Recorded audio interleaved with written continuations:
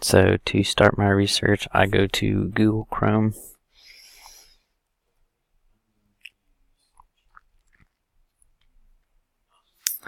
And then I just go to the URL and I type in my subject, which is how social media affects verbal communication. And this is for an interpersonal communications class.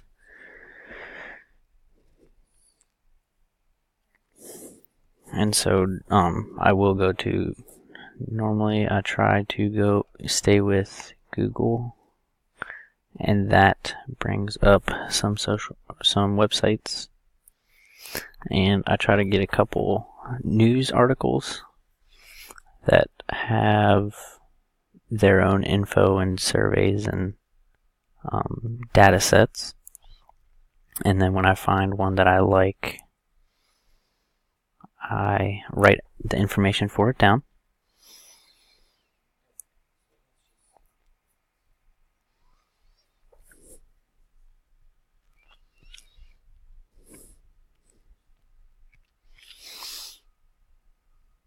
So this website shows how social media is used in different generations and age groups, and it shows how it affects real communication. So I would use this, and since I would use this website, I would go ahead and cite it in whichever style I need to cite it in, and then put that on a blank paper in order to keep track of all of my sources.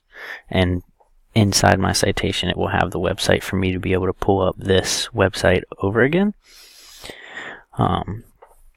So as I go through, I like to look for different websites that end in edu or .gov, and so we'll click on this one.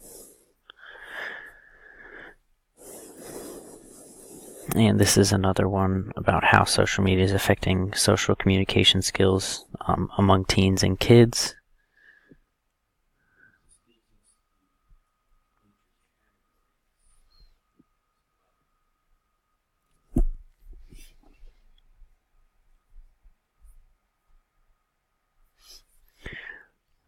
And main things that I look for while skimming over a article is things like how antisocial behavior or communication skills being disrupted. So this looks like another good article just by skimming it.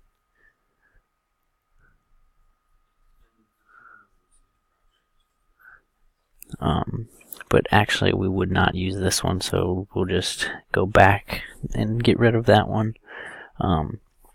So once I've found a few articles that I would like to use, which we might have another one here.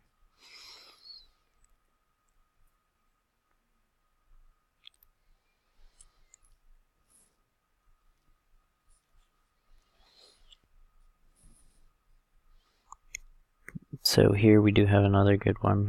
It shows the risks of using social media and how cyberbullying affects kids nowadays.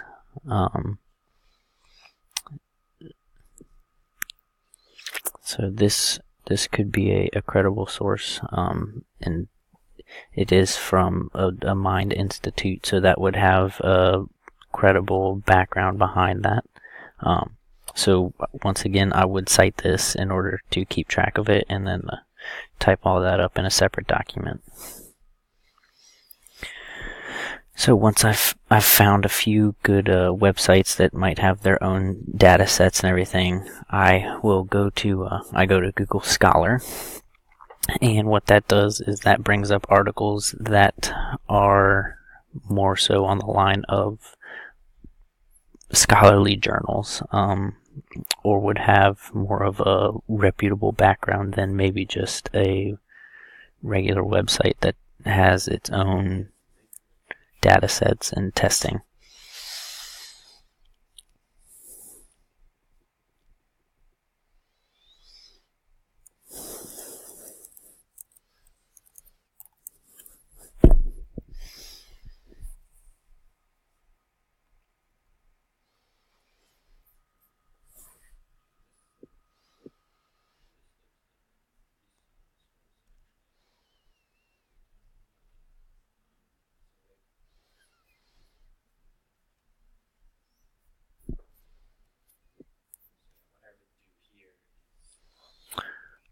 So since I can't do any of that, I will see if I can have any keywords. And I do want to make sure I'm searching articles.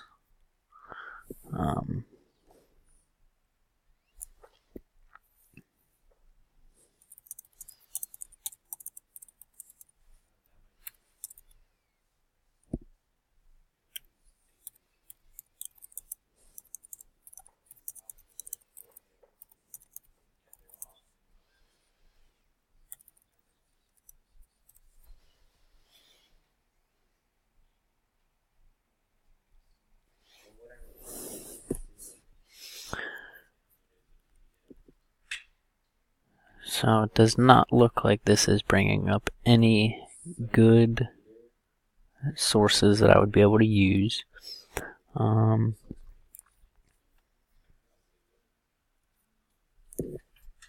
So we'll come up here and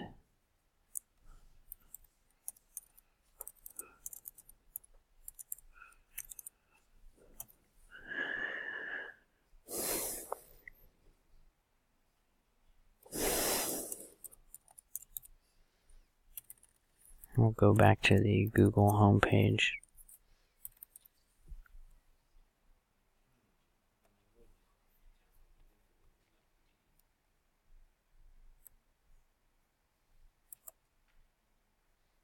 And we'll type in social media.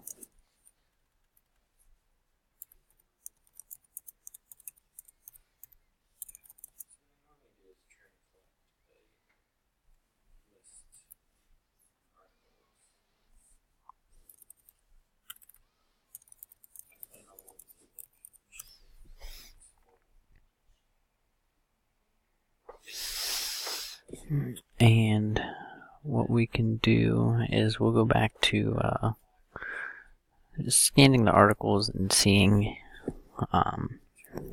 if they will work or not. If I do have library access, I will go on there and I can search for journals and type in keywords and things like that.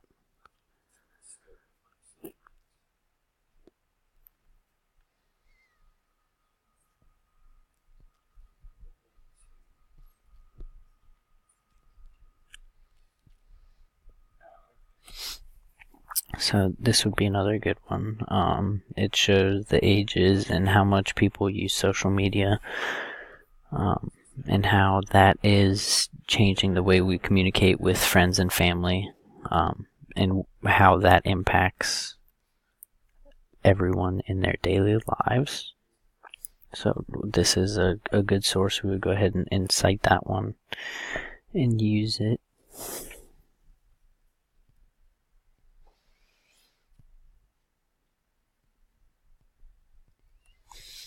So we found another one. This one ends in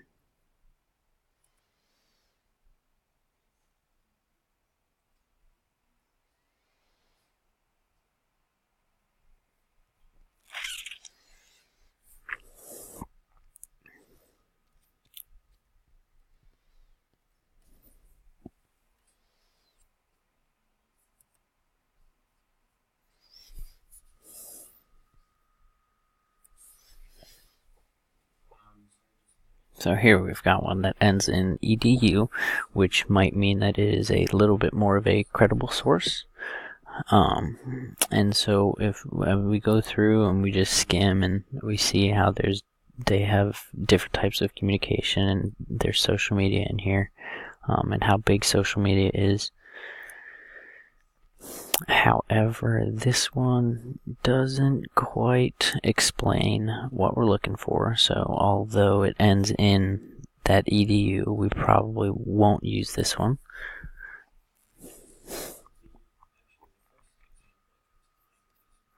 But we do have this one, it's called The Permanent Disruption of Social Media, and that one ends in a .org. This one seems more like an article, maybe like a scholarly journal. And this seems more of like what we're looking for. go ahead and skim through it.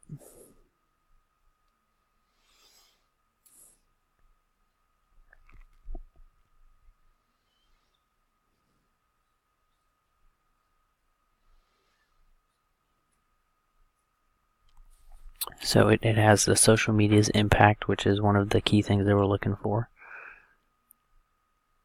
And that also has communication changes as well, which is another key thing we're looking for. And we look for looking for key things that I could use in my paper, something that I would be able to relate to my topic.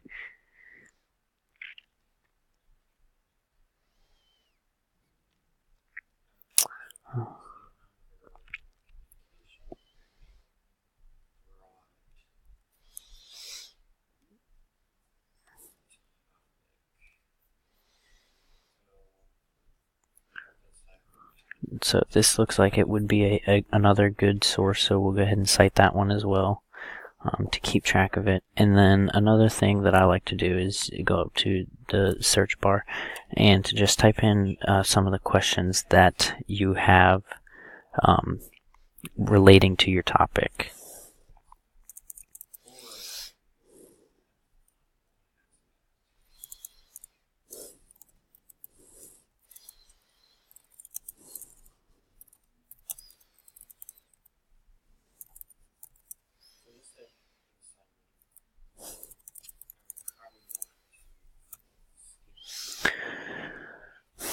So here we have another one that is a .edu, and that brings us to another article or scholarly journal. And so it says at the top that it is at Elon University, and it is an article written in a volume. So this is definitely probably something that we would use. It has its own research conducted and findings, so we'd be able to use that and relate it to our research. So that would be a good one, and I would go ahead and cite that.